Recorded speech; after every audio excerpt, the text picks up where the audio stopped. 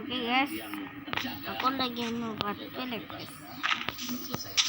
Lagi buat pilek setelah aku buat bisnis berapa jam. Terus yang kabar aku supaya banyak buat akhirnya aku buat. Kita simak laporan reporter Hamdi Firdaus dari Kamboja.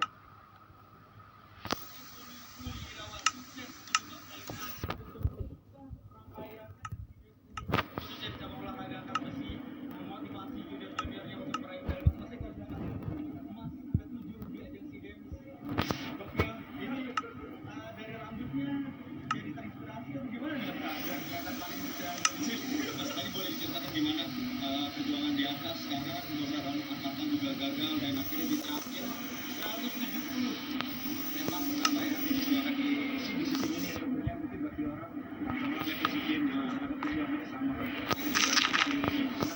ini persiapan betul.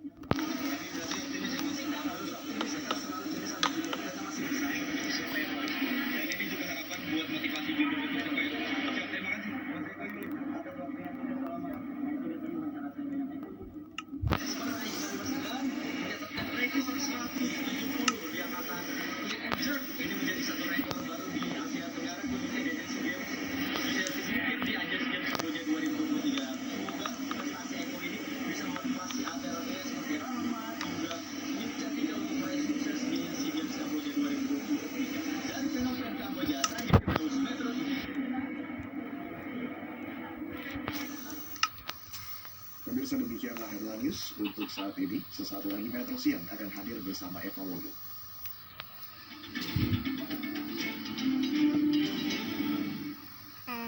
Untuk meningkatkan kualitas siaran, Metro TV migrasi ke satelit merah putih Telkom 4 dengan parameter. Pastikan tetap terinformasi dengan tayangan lebih jernih bersama Metro TV.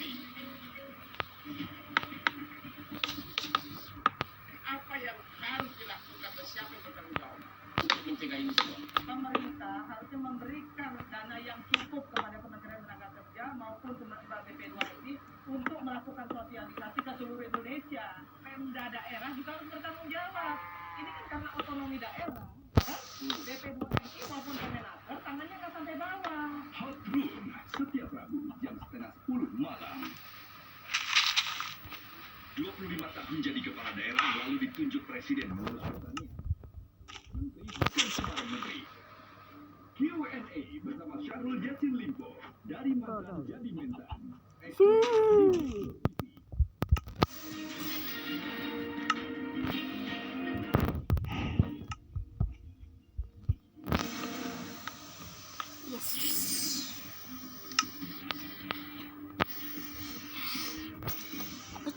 mereka sampai ketika timnas maksud kami ketika tim bisa bulu itu. tangkis bergu putra Indonesia meraih emas dan merayakannya dengan membawa jersey almarhum Syabda Perkasa Bulawa ke Tottenham.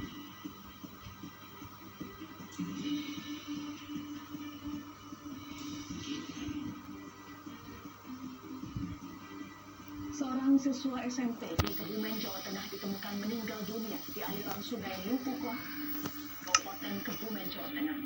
Sebelum ditemukan, remaja tersebut sempat meninggalkan rumah dan menuliskan surat untuk keluarganya.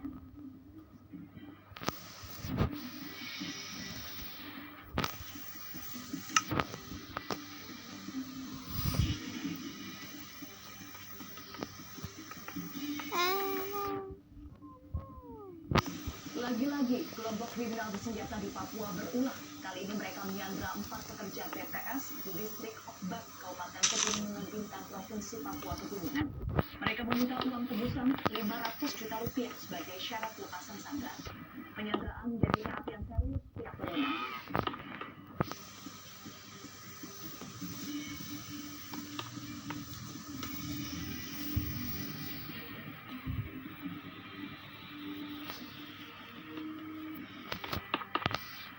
Selamat siang pemirsa, Metro Siang kembali hadir menjumpai Anda dengan rangkaian informasi terkini hingga siang hari ini.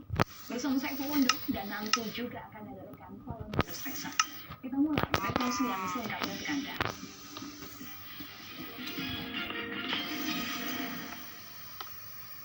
Pemirsa, kelompok kriminal bersenjata di Papua lagi-lagi berulah. Kali ini mereka menyandra 4 pekerja tawar BTS di distrik Okbak, Kabupaten Pegunungan Bintang, Provinsi Papua Pegunungan. Sebagai syarat lepasan sandra, gerombolan kriminal bersenjata ini meminta uang tebusan 500 juta rupiah. Kabid Humas Polda Papua, Kombespol Ignatius Beni Adi Prabowo menjelaskan awalnya ada 6 pekerja tawar yang dipimpin oleh Kepala Dinas Informasi dan Komunikasi Kabupaten Pegunungan Bintang, Alperus, berangkat dari Oksibil menuju distrik Okbak dengan menggunakan pesawat. Tibanya di lapangan terbang Okbak, mereka dihadang oleh 5 orang yang mengaku anggota kelompok senjata Papua. Kelompok tersebut membawa senjata tajam dan melakukan kekerasan fisik terhadap 3 orang pekerja. Dari 6 orang tersebut, 2 diantaranya, yakni Alperus Sanuari dan 1 korban luka bernama Benjamin Sembiring, dibebaskan kembali ke Oksibil untuk mendapatkan perawatan medis. Sedangkan 4 orang lainnya disandra oleh KKB. Kombes Ignatius Beni menyatakan kelompok penyandra ini mengajukan tuntutan uang tebusan 500 juta.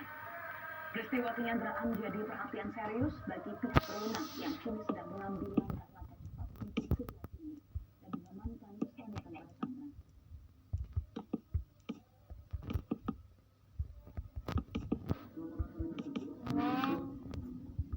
Untuk pembebasan dari mereka dengan sejumlah uang yaitu 500 juta, sehingga 2 orang dibebaskan kembali ke Oksibil ya. Hingga saat ini masih ada 4 orang yang disandra di distrik Okbak oleh kelompok KKB tersebut. Berdasarkan informasi terakhir kami dapat yang 2 orang terluka juga sudah mendapatkan perawatan di puskesmas tempat. Upaya yang telah dilakukan oleh Polres dan Pemda yaitu melakukan upaya negosiasi melalui tokoh-tokoh adat setempat guna mencari jalan penyelesaian secara damai sehingga tidak jatuh korban jiwa dan ke-4 orang pekerja tawar BTS dapat dikembalikan dengan selamat. Sebuah mobil minibus yang tengah melintas di jalur Pegunungan Kumipir, Jember, Jawa Timur tertimpa pohon tumbang. Pengemudi minibus tewas dan sejumlah penumpang lain luka-luka. Akibat kejadian, jalur lalu lintas Jember Banyuwangi mengalami kemacetan. Peristiwa pohon tumbang yang menimpa sebuah mobil minibus terjadi di kilometer 37 jalur Pegunungan Kumipir, Kecamatan Siro, Jember. Minibus abu-abu tertimpa pohon yang tiba-tiba tumbang saat melintas dari arah Banyuwangi menuju Jember. Upaya pertolongan segera dilakukan oleh warga, namun kendala peralatan membuat proses evakuasi pengemudi minibus yang terjepit di kabin mobil berlangsung lama. Evakuasi baru bisa dilakukan setelah anggota kepolisian sektor Sompelon tiba di lokasi. Namun nyawa pengemudi bernama Edi Kurniawan warga Kecamatan Pantu Jember tidak bisa diselamatkan. Sementara itu seorang penumpang lainnya juga dilaporkan menderita luka-luka.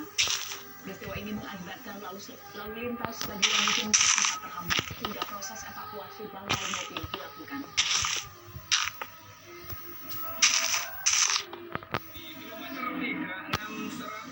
Tikungan Baksingo jalur Buditir terjadi bencana, yaitu pohon tumbang yang tumbangannya itu merobohi pengendara yang sedang melintas sehingga mengakibatkan mobil Panther dari arah Banyuwangi yang dikemudikan oleh Edi beserta 7 anggota keluarganya tertimpa daripada batang pohon yang roboh. Dan pada waktu dicek untuk pengemudi atas nama Edi meninggal dunia di TKP. Langsung bersama-sama yang ada kita selamatkan korban yang ada, kita evakuasi pohon yang sudah roboh termasuk kendaraannya kita pinggirkan. Korban langsung kita larikan ke Puskesmas Kilo 1 ini dalam rangka penanganan lebih awal. Pemirsa, kita ke informasi pendaftaran Bacalek PDI Perjuangan Papua Barat Daya ke KPU diwarnai keributan. Hal ini terjadi karena persoalan penentuan nomor urut. Aksi saling cekcok tidak terhindarkan.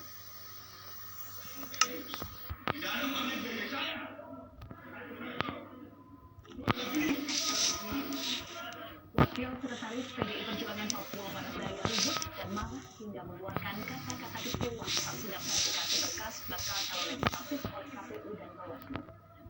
Aksi tarik-menarik terjadi di ruang pendaftaran karena persoalan penentuan nomor urut. Menanggapi hal ini, Ketua DPD Kota Sorong, Edo Kodologit, menyatakan untuk penentuan nomor urut sudah dilakukan DPP PDI Perjuangan, sehingga harus berdasarkan surat keputusan. Namun terdapat permainan internal dan harus dievaluasi. Edo menambahkan akan melaporkan permasalahan ini ke tingkat DPP untuk mengevaluasi kader-kader di daerah, khususnya di Provinsi Papua Barat.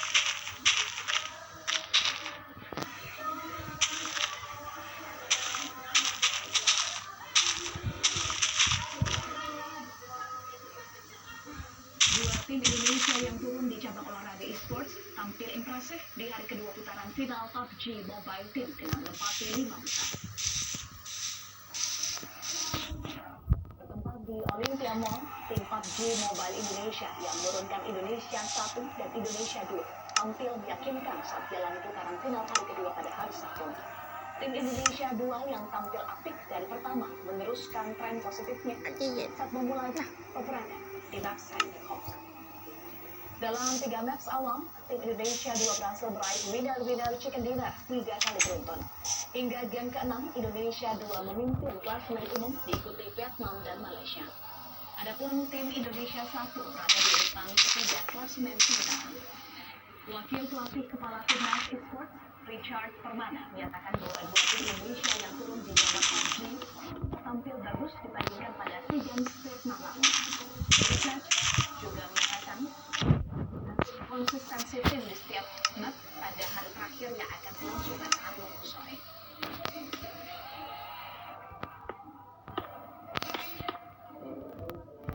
Ini jelas peningkatan drastis sekali dibanding tahun lalu. Kita dapat emas itu tanpa WWCD 1 kali pun. Sekarang catatannya Indah 2 itu sudah 5 kali WWCD dan Indah 1 sudah 1 kali WWCD.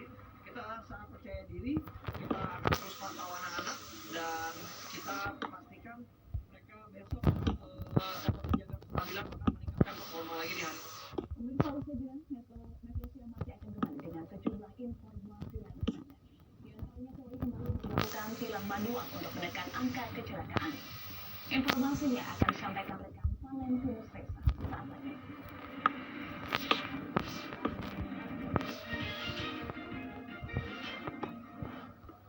Didukung oleh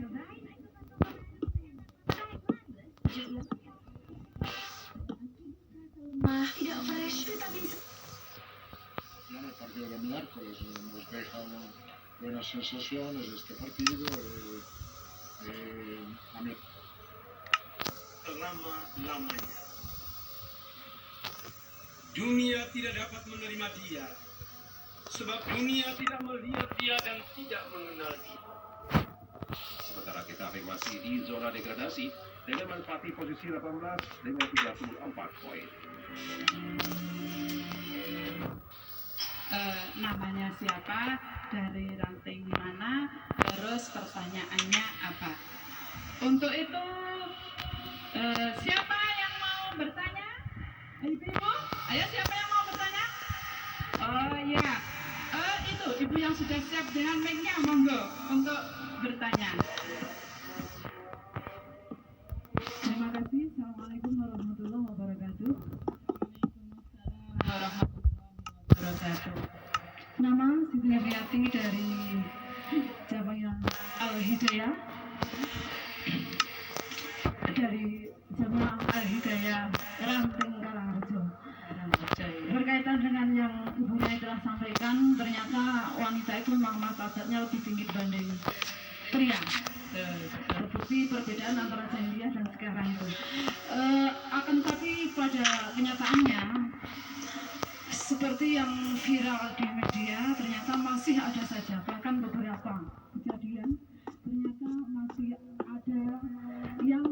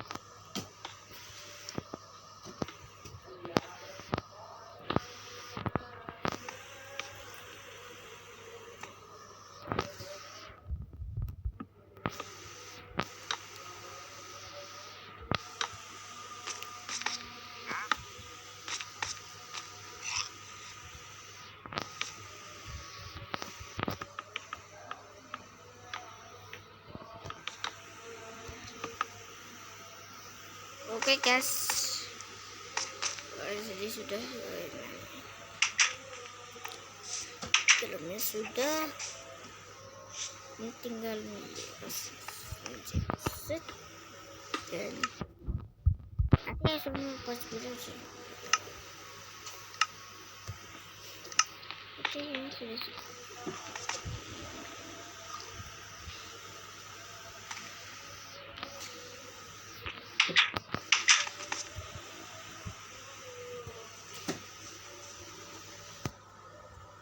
Nanti aku masih banyak lagi yang aku nak buat, jangan lupa subscribe dan sampai jumpa untuk video ini. Jangan lupa like, subscribe, comment, share dan ke teman-teman kalian yang supaya lebih mantap. Oke, dadah.